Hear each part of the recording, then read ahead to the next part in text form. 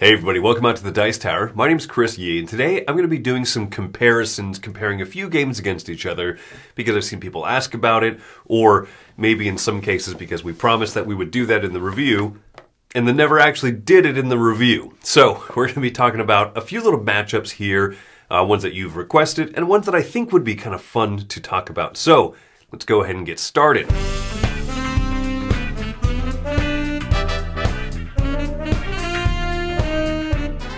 This first one here I'm going to be doing is Pioneer Rails versus this little orange gem here called Fliptown.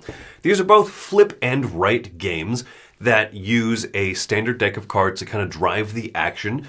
And they are both Western. They're both, kind of have this fun look to them and everything. I think both are very gorgeous in very different ways. So what's similar is you have a flop of cards, then you flip over some cards, you'll choose some, and then you'll do stuff on your board. And everybody takes their turn simultaneously. But what's very different between these two is that Pioneer Rails is more of a route connection type of a game. You are going to be using just the suit of the card that you choose to determine what rail line you're going to be adding to on the map. And then you're only going to be using the value of the card that you choose in creating a poker hand of 5 cards. And depending on how good your poker hand is, you'll get more points at the end of the round. Fliptown does, ironically enough, a very, very similar type of a thing where you're going to be selecting cards, and some of those cards you're selecting are going to make a poker hand. That'll give you points depending on how strong of a hand you've made. But what's different in Fliptown is that you'll have a flip of 3 cards, and you'll choose one of those cards, suit and rank, to be your poker hand card. And then the other 2 cards, you're going to look at the value of one, or the rank of one, and the suit of the other, combine those to take an action on a board. This board is much more filled up. It has a lot more spaces going on in it. It has, multiple different areas, so the hearts actions are all going to be over here, and depending whether it's ace, 2, 3, all the way up through king of hearts, you're going to take kind of a different action. The clubs are over here, the town. So once again, club matters, but then also the individual value. So comparing Fliptown over to Pioneer Rails, in Pioneer Rails you flip over 3 cards usually, you choose one of them, that is both going to be the value, like I said, only for the poker suit, and then the suit only for which rail you're moving along. Also, Fliptown uses the whole deck of cards, all 52.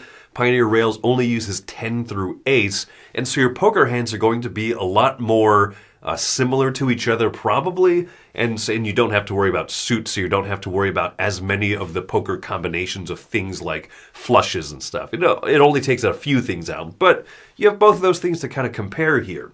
So very different games, despite the fact that the main driver of them sounds so similar. It is just kind of an odd, funny one. But yeah, Fliptown for me I think is a slightly more robust game, but it also kind of asks more of you up front to really decipher and understand what's going on the big player board, whereas Pioneer Rails, a little bit simpler, feels a little bit more standard fare almost, as you're kind of drawing lines to connect different things, but both are very fun if you like the theme. Even if you don't, I think that these both work well in that theme, but aren't really dependent on it. I think that these are fantastic flip and right games that you should keep an eye on. The next comparison I want to do is particularly from the lower player count solo and kind of the 2-player perspective, and that's comparing the original Dune Imperium. This is the upgrade box, as we don't have the regular one anymore in the library, and comparing it against the Dune Imperium Uprising, the new one that just came out. Now, Roy did a general overview comparison of these two. Actually, I should say not general, but very specific. He went into a lot of the differences in a separate video. You can watch that if you really want to see those core main differences, especially at the higher player counts. But I want to talk about playing this as a solo gamer because Dune Imperium is one of my favorite solo games. I think the original one did it very well with a smooth little system, the House Hagal deck, or it's simulated in the app, the Direwolf app that you can get for this game, where you have to play against 2 computer opponents, or 2 AI opponents basically, and you will flip over a card for them, put an agent out, and then they will block that action. And sometimes they'll do a few little things that the card might say. You don't have to worry about the action space on the board. But it does block you. And I think that that's pretty nice. It's not as intense as playing against other players and trying to see what they're going to do and react to them. But I thought that the House Hagal Atama deck always did a very good job and is pretty clean, so this is really fun to play solo. With Dune Imperium Uprising, because there are new mechanisms added into it, it's a little bit... There's a few more steps to upkeep. The Atama deck or the House Hagal deck uses the spies mechanism. So it will put out a spy, spies versus spice, spy onto different spaces, in between the worker spots. And it is also going to have a few tweaks that I think make it a little bit more involved in operating, but is going to feel a little bit more rewarding to play against if you're an experienced player. For example, instead of just using the generic character sheets from the original game, Dune Imperium Uprising comes with specific automated players, if you're playing against it solo, these little cards that are going to tell you a few things like what its signet ring action is going to be, its preference when it's going to move up the different tracks, move up in the alliances. And so I think that some of those things make it a better and more robust and not streamlined, but improved solo system. The thing is that it's the opposite of streamlined. It's not a huge amount of overhead and burden to take care of, but it's a little bit more than the original. To the point where I'm not sure which one I prefer playing against. I prefer the simplicity of playing against the original House Hagal, but also at the same time, Imperium Uprising did a few things really nicely. There's fewer cards you have to take out if you're switching between two-player and solo, and so there's just a few little things like that. Also, some of the House Hagal deck cards will change over the course of the game, so they'll ramp up a little bit, and so at the beginning of the game, it's not going to go for that highliner space, the one that will dump a lot of troops into the battle, but as the game progresses on, then your opponents, your automated opponents, will go to that space more often. As it's moved up the Spacing Guild track, it'll say instead of doing the left action of the card, use the right one. So there's some of those things that just kind of ramp up a little bit better in Uprising. This definitely feels like they took that system and made some improvements, but there are a few extra things that you as the player are going to have to run. For that reason, I think I'll probably play the original one more as a solo game, just because I want to be able to focus more on doing my own fun things. But if you really like the systems in Uprising, and you're not sure about getting it for a solo game, I still can absolutely recommend it. Even if you haven't played the original, I think you could get into this one just fine.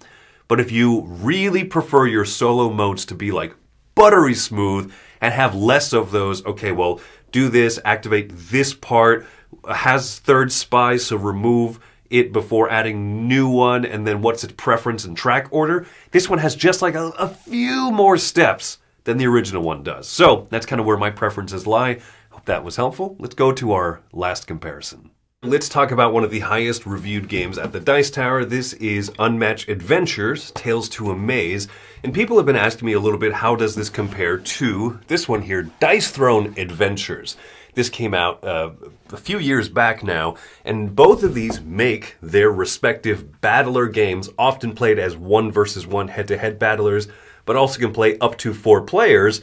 How do these two compare? But I'm going to give you a bonus comparison here with, I think, a slightly overlooked expansion here called Wildlands: The Ancients.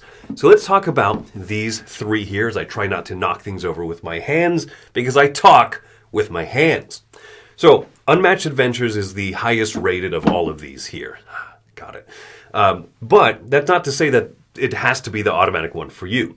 So Unmatched is the card-based game wherein you're going to be moving around a board tactically, fighting each other, and as you play cards out, as to attack, your opponent will lay a card out and simultaneously try to defend. Maybe you're bluffing against each other.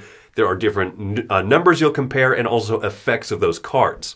Wildlands is actually a little bit more of a tactical game, similar to Unmatched, but it has a team of people. Unmatched, you play usually one character. Sometimes they have a sidekick. In Wildlands, you play as a team of 5 characters running around a board, smashing the other players, but also trying to collect your own gems, your own diamonds, basically. And so this one has a little bit more of a map control type of a thing. Unmatched uses a point-to-point map, circles and lines in between them. Wildlands has a map that has different areas connected to each other. Dice Throne is probably the most different amongst these as a basic game. It's the battle Yahtzee type game. You roll dice 3 times, try to make combinations, and hit each other and knock each other out. As I said, all of these are a lot of times played 1 versus 1 head-to-head, but can go up to 4 players. Of these boxes here, these all take those games and turn them into cooperative game experiences. Amongst these, the most different and unique of them is still Dice Throne Adventures. And I say that for a few reasons. One, Dice Throne Adventures is the one that is a campaign.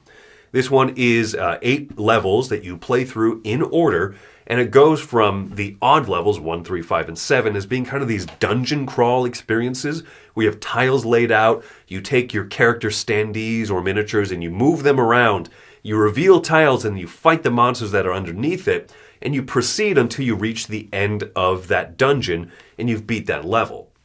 The next levels, the even ones, 2, 4, 6, and 8, are boss battles where you play more of what feels like the basic original game.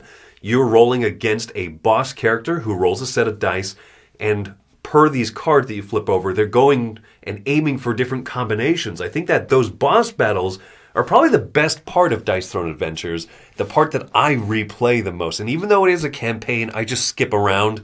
I give myself some upgrades.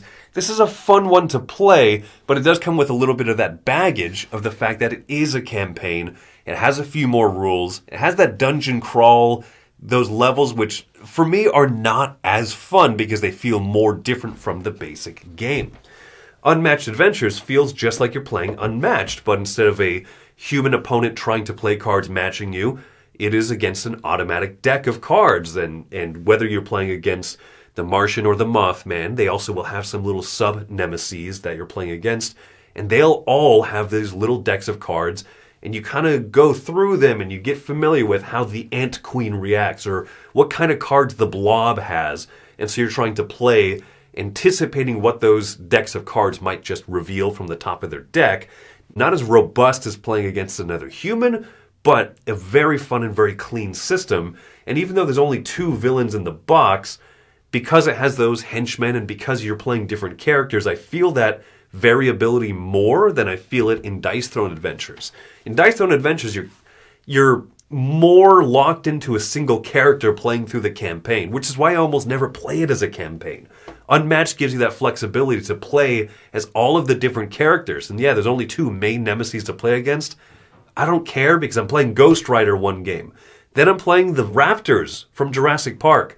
Then I'm going to play Bruce Lee. There's just so much that feels like there's variety in here a little bit more than, in my opinion, in Dice Throne Adventures. Now, Wildlands is the one that I think a lot of people have forgotten about. This takes the Wildlands system and makes it a co-op game for 2 players or a solo game. So this one, unlike the others, is only for up to 2 players.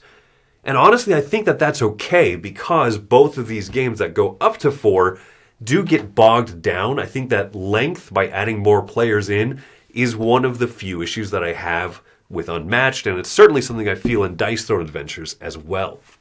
But in Wildlands, you can play, like I said, 2 or solo. And I really love the solo mode, and the scaling difference between those 2 is incredibly minor. When you move into a room with an artifact, does it automatically flip over? Yes, in a solo game. Or in a 2-player game, no, you have to spend actions to do so. And that's pretty much the only difference to just make it scale better.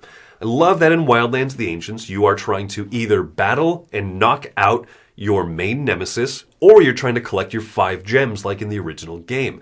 Having 2 different game win conditions make this feel really robust. You are playing against a nemesis who has a few henchmen, 2 little minor henchman type characters that will come out with it, but there are lots of them. So this one feels the most tactical as you're trying to make sure to be able to control the spaces on the map, not get overrun by little mechanical extra droids that are going around trying to fix the main automaton. And so this one has some really great feelings to it, some neat hand management, and a lot of fun that I think if you enjoy Unmatched Adventures, I wouldn't sleep on this one either. Now, all of that being said, I think that these 3 are all really good, Unmatched being my favorite of the 3, in part because of just how much content there is for Unmatched. More than these other 2, and Dice Throne has a lot, don't get me wrong, But like I said, Unmatched gives me the freedom to play with those characters the most out of these three. I have a few extra Wildlands sets. I have the skeletons and stuff, but still, it feels like a little bit more of an investment to get this one set up and ready. It's a little bit longer than the other ones. The other thing that Unmatched has going for it that these two don't is the fact that this is a standalone box. This is a great way to jump into this system if you're not sure about it, whereas these other two require you to own sets, own basic sets or characters, and then also get what is a pretty large extra box on top of that.